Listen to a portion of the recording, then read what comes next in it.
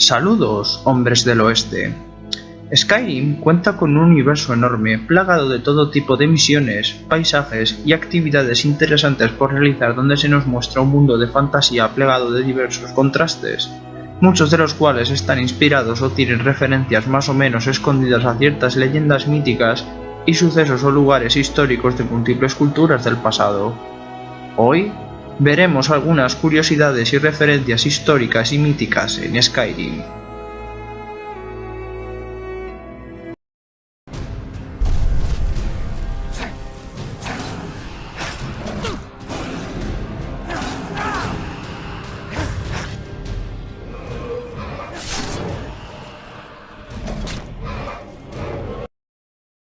El protagonista de nuestra historia, un consumado guerrero que es capturado por las fuerzas imperiales mientras trataba de cruzar la frontera de manera ilegal hacia Skyrim, y posteriormente famoso por ser el único guerrero que puede aniquilar a los dragones de forma definitiva, guarda un gran parecido con el legendario San Jorge, un guardia pretoriano nacido a finales del siglo II que bajo el gobierno del emperador Diocleciano fue perseguido por su condición de cristiano y obligado a apostatar de su fe. Este se negó a hacerlo y fue decapitado. 2 siglos después, San Jorge fue canonizado, y su atractiva historia lo convirtió en patrón de los guerreros y caballeros durante la plena Edad Media. Sería durante esta época donde se difundiría la leyenda de que en uno de sus viajes como soldado, San Jorge se encontraría de forma casual con una hermosa joven, princesa de un reino o ciudad que lloraba desconsolada en un gran lago. Este se acercó a ella y le preguntó qué le pasaba, y la princesa le respondió que aquellas tierras sufrían los estragos de un temible dragón, y que para sofocar a la bestia debían sacrificar 2 ovejas cada día. Mas cuando se quedaron sin ovejas, el dragón atacó la ciudad y mató a muchos con su temible aliento, tuvieron que entregar por sorteo a uno de los jóvenes del lugar, y ahora ella había sido elegida, la única hija del rey. En ese momento, el dragón apareció, y tras proteger a la joven de su ataque con la señal de la cruz, San Jorge le dio muerte con su espada y liberó a aquella tierra de la amenaza de la vil criatura. Otra versión de la historia, inclusive, nos cuenta que el caballero, tras herir al dragón con su lanza, le dijo a la princesa que pusiera su cinturón alrededor del cuello del dragón, para llevarlo como un perro manso, dando por hecho que San Jorge había combatido quizá con más dragones o que sabía cómo dominar su voluntad, a semejanza de la continuación de la trama del sangre de dragón que se nos ofrece en la isla de Solstheim.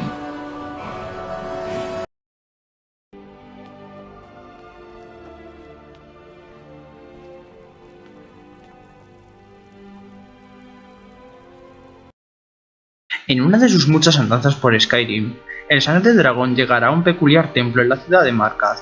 donde se rinde culto a la diosa Vela.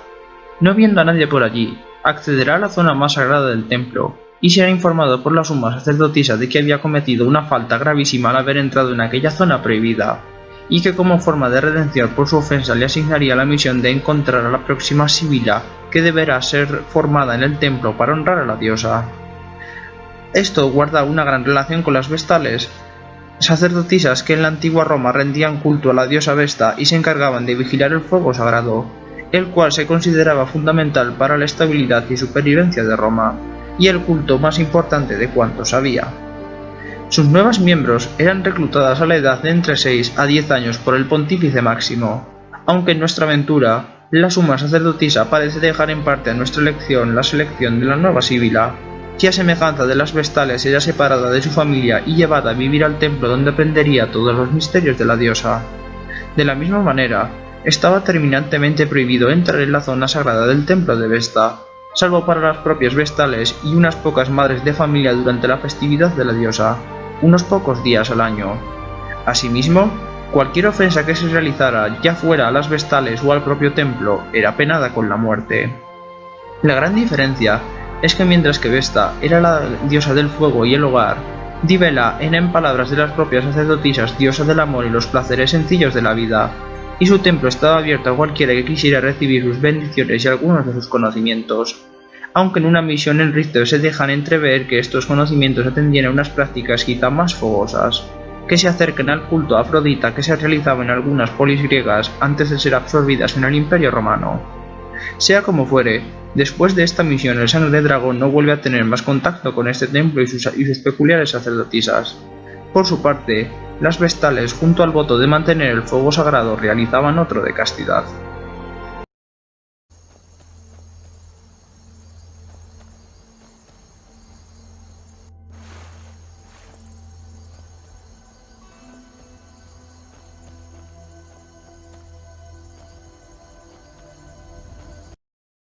En la llegada del Sangre de Dragón a la ciudad de Falkreath, se encontrará con un hombre peculiar encerrado en una celda especial de los cuarteles de la ciudad, acusado de haber matado de forma horrible a una niña. Tras hablar con este hombre, descubriremos que era un licántropo que, buscando una forma de controlar su maldición, robó un anillo al dios Ircine, que se decía le permitiría controlar aquellos terribles impulsos, pero que como castigo por haberlo robado, el dios lo maldice cambiando radicalmente su función, haciendo que su portador se transforme aleatoriamente en hombre lobo, como le ocurrió a Sinding cuando se encontró con aquella niña.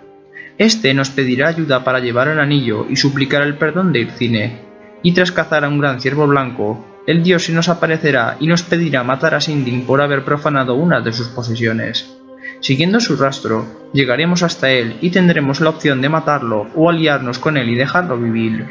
Sea cual fuere la decisión que tomemos, el dios quedará sorprendido por nuestra habilidad en la caza, lo que lo honra, y decide quitarle la maldición al anillo o recuperarlo para sí, contando nosotros con su favor y gratitud. Esta historia guarda un gran parecido a la del joven cazador Acteón, que en una de sus partidas de caza sorprende de forma accidental a la diosa griega virgen de la caza Artemisa bañándose desnuda.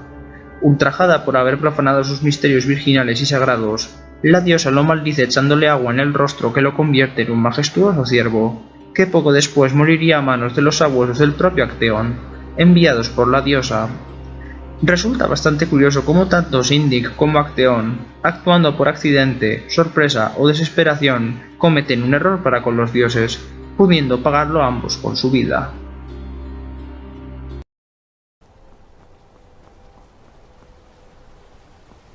Tú eres uno de los magos del colegio.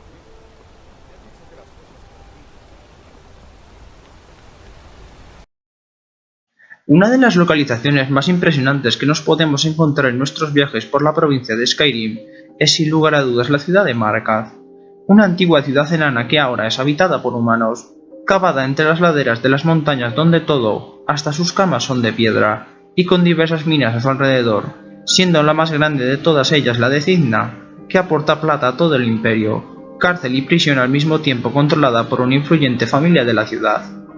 Otra colosal obra de ingeniería, otrora también ubicada en las entrañas de las montañas, era el complejo minero de las Médulas, la mina de oro a cielo abierto más grande de todo el Imperio Romano, que empezó a operar en los tiempos de Octavio Augusto, primer emperador, en la que usaban la fuerza de las aguas de los manantiales para, excavando intrincadas galerías en su interior, derribar las laderas de las montañas, y alrededor de la cual se desarrolló un importante centro urbano hasta que en el siglo III la explotación de la mina fue abandonada.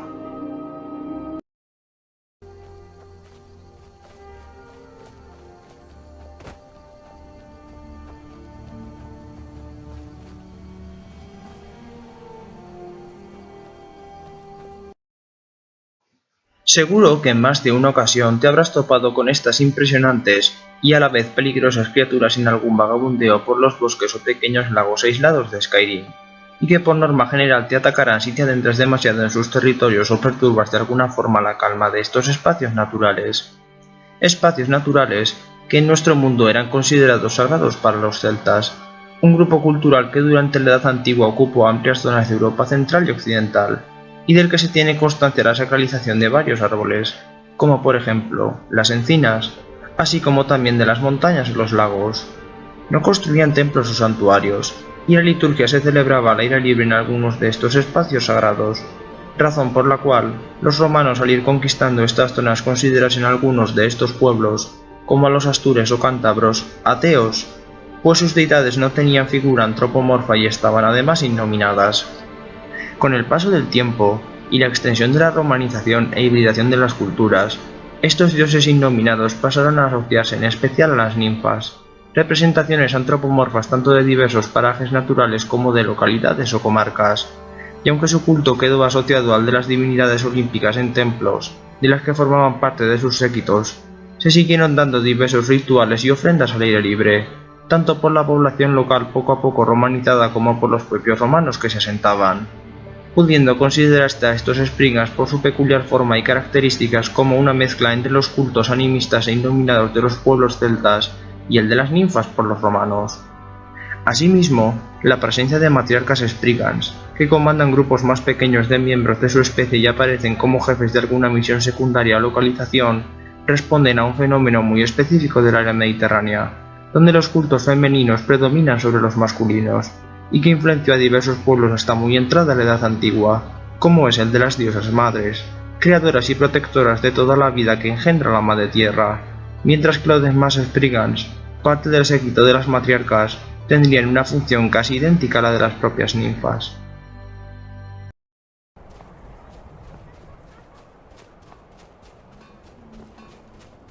Me reconforta mucho saber que Nicolas se quedará. En nuestras peripecias por la isla de Solstein, nos encontraremos con un peculiar asentamiento en el norte, una pequeña aldea habitada por una tribu de nórdicos y de la que pronto descubrimos su particular estilo de vida, en total armonía con la naturaleza y su adoración a un único dios, el Creador, además de una singular tradición llevada a cabo por Baldur Hierro Forjado, el herrero de la aldea, una de las pocas personas vivas en todo Tamriel que conoce el secreto del trabajo y la localización de uno de los pocos yacimientos de Stalhrim, un raro y valioso mineral del que estaban hechas las antiguas armaduras de los reyes. Tras completar una parte de la historia principal de la isla, nos encontraremos con que Baldur ha sido secuestrado por unos elfos Talmor, los cuales desean conocer todos los secretos de este mineral con el objetivo de fabricar todo tipo de armas para sus ejércitos, y a los cuales deberemos matar, recuperando el mapa que le habían sustraído a Baldur y guardando así el secreto de este valioso mineral, enseñándonos como muestra de gratitud a forjar armas y armaduras de Stalhrim. Casi igual de apreciadas que las armas de Stalhrim, eran en nuestro mundo las espadas de acero de Damasco. Este, aunque a diferencia del Stalhrim, no era un mineral como tal, sino la aleación y un proceso especial de elaboración y forja del hierro, con unas proporciones especialmente altas y precisas de carburos. Como su propio nombre indica, eran realizadas por los pueblos musulmanes en los barrios de la ciudad de Damasco durante la Edad Media, y fueron vistas por primera vez por los occidentales cristianos durante las cruzadas, y de las que alabaron su dureza, flexibilidad y su filo casi eterno, diciéndose que podían cortar tanto un pedazo de seda en el aire como una gran roca sin inmutarse, siendo sin duda aclamadas en toda Europa y una codiciada pieza por conseguir. La técnica para la fabricación de estas espadas de acero de Damasco se perdió a mediados del siglo XVIII, aunque hoy en día investigaciones de varias universidades han sido capaces de volver a descubrirlo al menos en parte, pues de momento todavía sigue siendo objeto de debate el proceso exacto que se utilizaba para obtener el denominado acero de Damasco. Como podéis ver, ya sea en planos más evidentes o discretos, conscientes o inconscientes, Skyrim posee múltiples influencias y hace ciertas referencias de todo tipo de periodos y culturas del pasado, además de las únicas que pudieran clasificarse como nórdicas o medievales, y que sin duda, además de ser un buen homenaje, enriquecen nuestra experiencia de juego.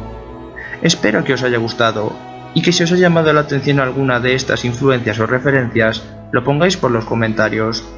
Por mi parte, esto sería todo, hombres del oeste. Un saludo, y nos vemos en el próximo vídeo.